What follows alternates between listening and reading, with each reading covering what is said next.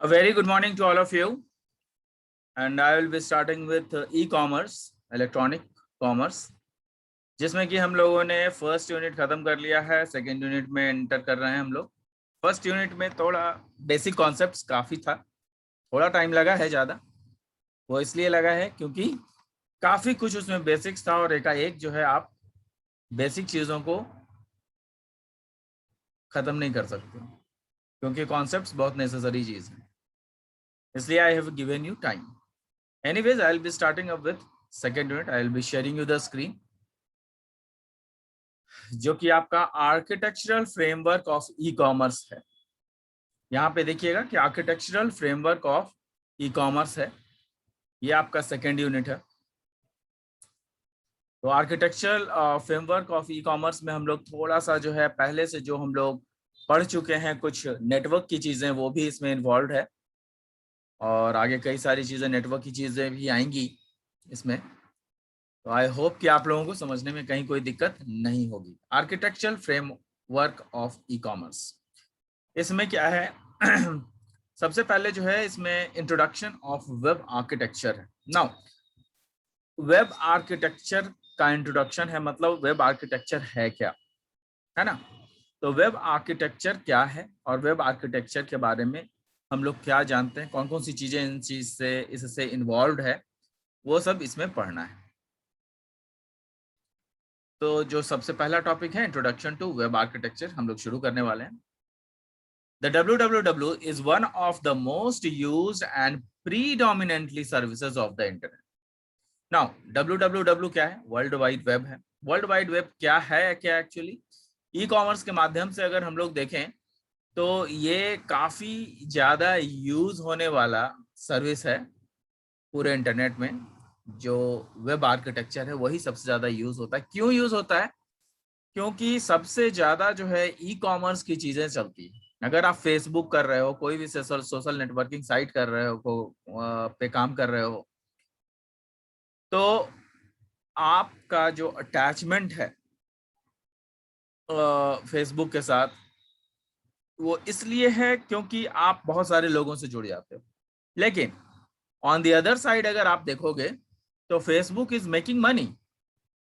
Facebook जो है वो अपने आप से पैसे बना रहा है। कैसे बना रहा है? क्योंकि जितना ज्यादा देर तक आप जुड़ते हो उतने देर तक साइड में आपके एडवर्टीजमेंट्स भी शो करते रहते हैं, और जितने देर तक, जितनी बार उस एडवर्टीजमेंट पे आप विजिट करते हो या एडवर्टीजमेंट को आप देखते हो, तो क्या होता क्या है कि जितनी बार भी आप उस पर क्लिक कर दोगे एडवर्टीजमेंट पे, तो वो सारे एडवर्टीजमेंट जो चैनल्स हैं, जो एडवर्टीजमेंट वाले हैं, उनसे फेसबुक चार्ज कर लेता है।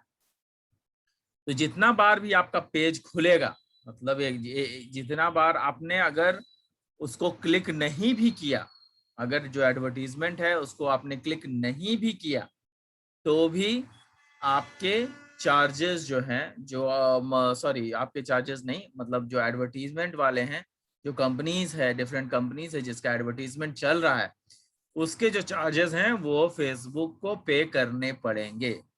मतलब हम लोग तो सोशल नेटवर्किंग साइट्स पे अपने दोस्तों के साथ, अपने जितने भी नज़दीकी वाले लोग हैं उनके साथ बातें करने में लगे होते हैं, लेकिन उस समय भी फेसबुक क्या कर रहा होता है? पैसे बना रहा होता है। तो it is a kind of e commerce, it is an example of e commerce.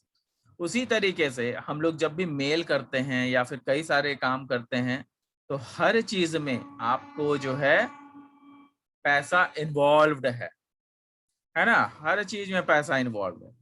कई बार हम लोग फॉर्म भरते हैं, उसमें भी पैसा इन्वॉल्व है। तो हर चीज में ई कॉमर्स है ही है।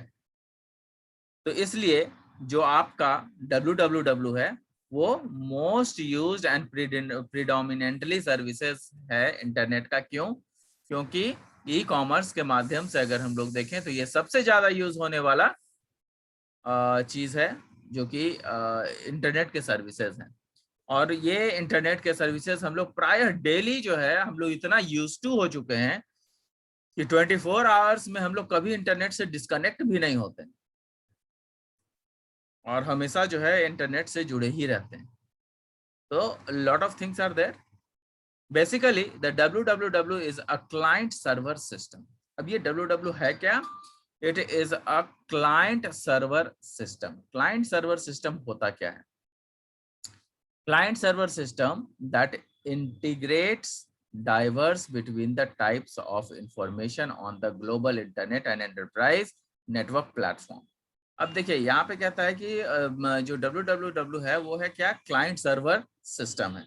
अब क्लाइंट सर्वर सिस्टम कहने का मतलब ये होता है कि आप जो हो, आप एक क्लाइंट हो, और अगर फेसबुक पे काम कर रहे हो तो फेसबुक के सर्वर पे आप काम कर रहे हो।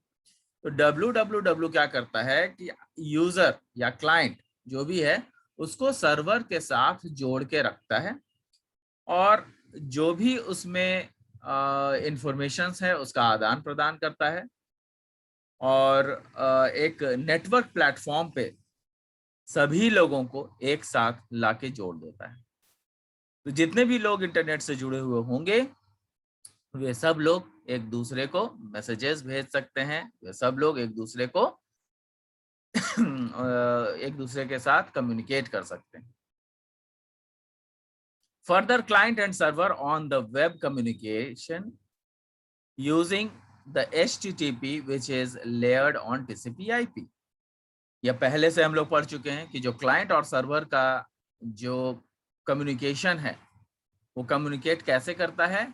It communicates with the help of HTTP जो कि हाइपर टेक्स्ट ट्रांसफर प्रोटोकॉल है, और उस सारे प्रोटोकॉल्स को हम लोग जो है उसको मानते हैं, उस सारे प्रोटोकॉल्स को हम लोग समझते हैं, और उन सारे प्रोटोकॉल्स के रूल्स को भी हम लोग अपनाते हैं।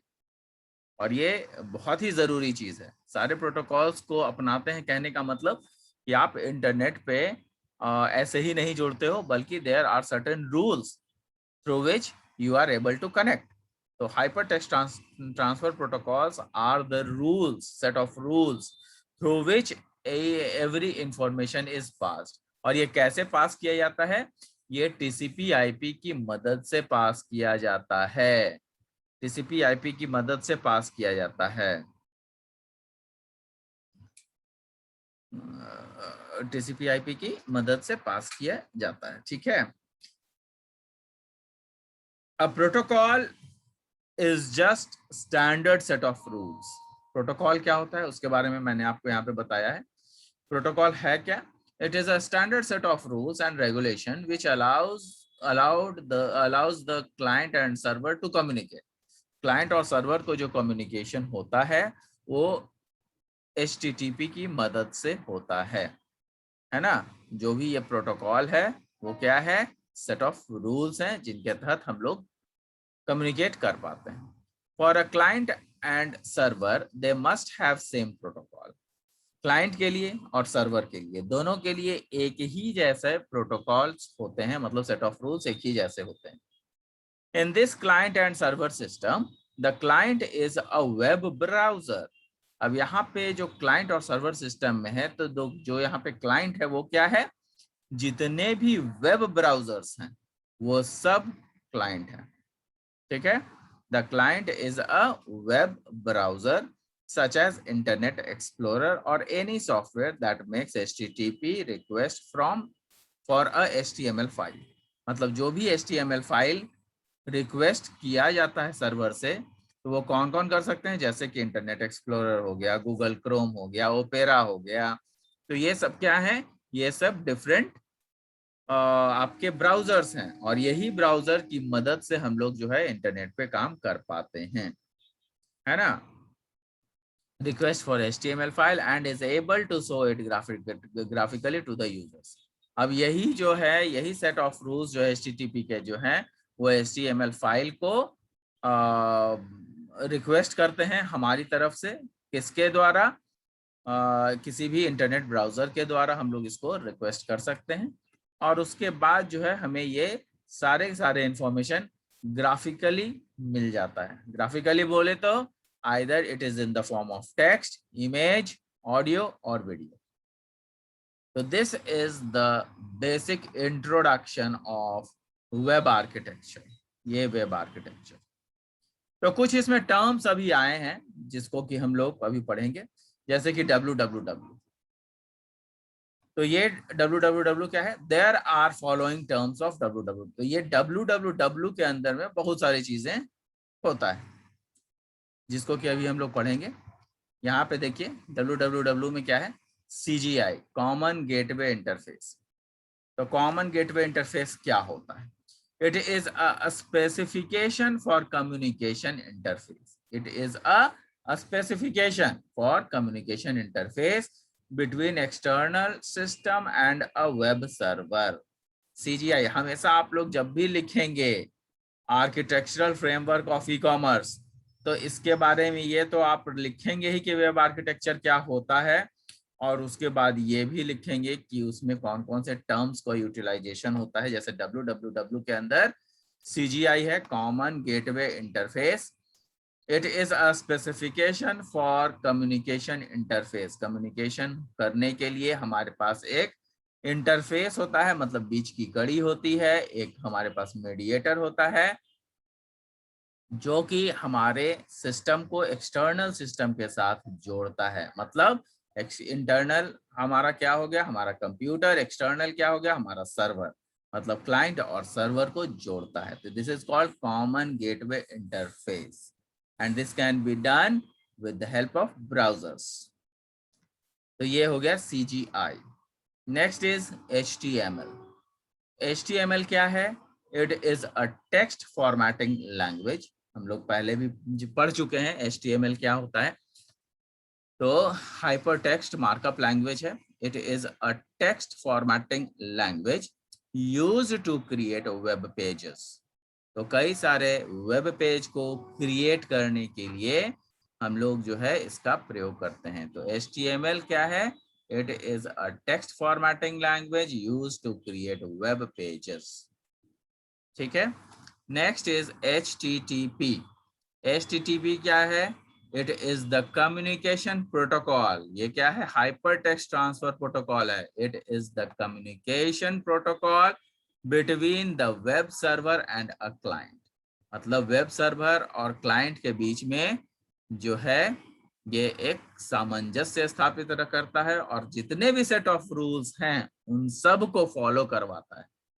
It is the communication protocol, है ना? ये क्या है? कम्युनिकेशन प्रोटोकॉल है between web server and a client. Next है इमेज मैप। इमेज मैप क्या होता है? It is a text file that defines regions using graphics. कहने का मतलब ये एक ऐसा टेक्स्ट फाइल है जिसमें कि ग्राफिकली ये पॉइंट आउट करता है कि कौन कौन से रीजन्स में किस कलर का ग्राफिक होगा। ठीक है, तो इसको हम लोग इमेज मैप बोलते हैं। It is a text file. ये है एक्चुअली क्या? टेक्स्ट फाइल है that defines regions using graphics file that user can click on to navigate. इसको जो है हम लोग यूजर जो है इसको क्लिक करता है ताकि इसको डिफरेंट पिक्चर्स को वो देख सके। तो ये हो गया आपका इमेज मैप। नेक्स्ट है MIME, that is multipurpose internet mail extension. याद रखिएगा, मल्टीपर्पस इंटरनेट मेल एक्सटेंशन बहुत इंपॉर्टेंट चीज है। ये है क्या? It is an internet standard for sending and receiving multimedia messages. तो कई बार जो है हम लोग मल्टीमीडिया जो मैसेजेस भेजते हैं वो इन्हीं की बदौलत भेजते हैं, इन्हीं की वजह से भेजते हैं। तो मल्टीमीडिया मैसेजेस कहने का मतलब क्या है? मल्टीमीडिया मैसेजेस कहने का मतलब है जो भी आप मैसेजेस भेजते हो इमेज के फॉर्म में, टेक्स्ट के इमेज के फॉर्म में, या फिर ऑडियो के फॉर्म में, या वीडियो के फॉर्म में, वो सब मल्टीमीडिया मैसेजेस हैं, चाहे वो एनिमेटेड ही क्यों ना हो। सारे के सारे मल्टीमीडिया मैसेजेस हैं टेक्स्ट को छोड़कर। Next is server side. अब सर्वर साइड क्या होता है? सर्वर साइड में क्या होता है? It is a web server feature that lets HTML pages be parsed. That means filling in parts of the page with information. कहने का मतलब कि ये एक ऐसा वेब सर्वर है, वेब सर्वर का फीचर है फीचर है ये किसका, वेब सर्वर का, that lets HTML page, HTML मतलब हाइपर टेक्स्ट मार्कअप लैंग्वेज के जो पेजेस हैं, तो that lets HTML pages be parsed, that means filling in parts of the page with information. तो कई सारे इंफॉर्मेशन जो है इसके बदौलत हमें मिल सकता है, और ये सर्वर साइड के तरफ से बनता है, ये क्लाइंट साइड के तरफ से नहीं बनता है। क्यों? क्योंकि हर HTML पेज को खोलने के लिए हमें किसी न किसी सर्वर की जरूरत पड़ती है, और या फिर किसी न किसी सर्वर की जरूरत पड़ती है जहां पर भी स्पेस हो वहां पर। जैसे हम लोग अगर जीमेल के बारे में भी खोलते हैं, अगर हम मान लिया कि हम लोग जीमेल का जो हमारे पास जो आपका मेल होता है, इलेक्ट्रॉनिक मेल, ईमेल, अगर वो भी हम लोग खोलते हैं तो जीमेल के सर्वर से खोलते हैं, है ना।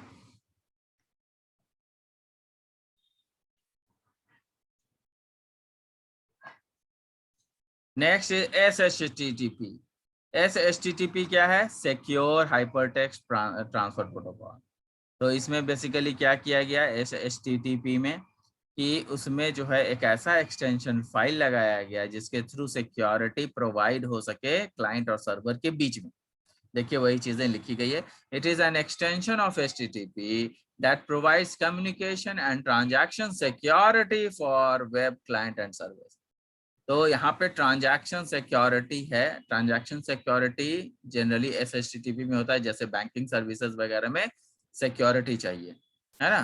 तो इसीलिए वो SHTTP के रूल्स फॉलो करते हैं, मतलब हाइपरटेक्स्ट ट्रांसफर प्रोटोकॉल तो है ही, लेकिन वो सिक्योर्ड है। Next is SSL, secure socket layer. Secure socket layer क्या होता है, secure socket layer a transport mechanism which is developed by Netscape Communication for transmitting secure data। कहने का मतलब कि जो SSL है वो सिक्योर सॉकेट लेयर है, और ये एक ऐसा मैकेनिज्म है, ट्रांसपोर्ट मैकेनिज्म है, जो कि नेटस्केप कम्युनिकेशन के द्वारा डेवलप किया गया था। नेटस्केप इज अ कंपनी, जैसे इंटरनेट एक्सप्लोरर है वैसे ही नेटस्केप भी एक कंपनी है ना।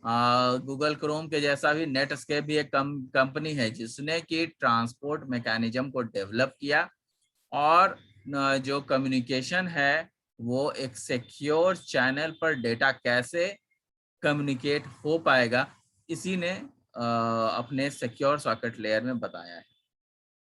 ठीक है, तो ये आज के डेट में बहुत जरूरी चीज है। Next is URL। URL क्या होता है, uniform resource locator. It is an address that specifies the location of a web page.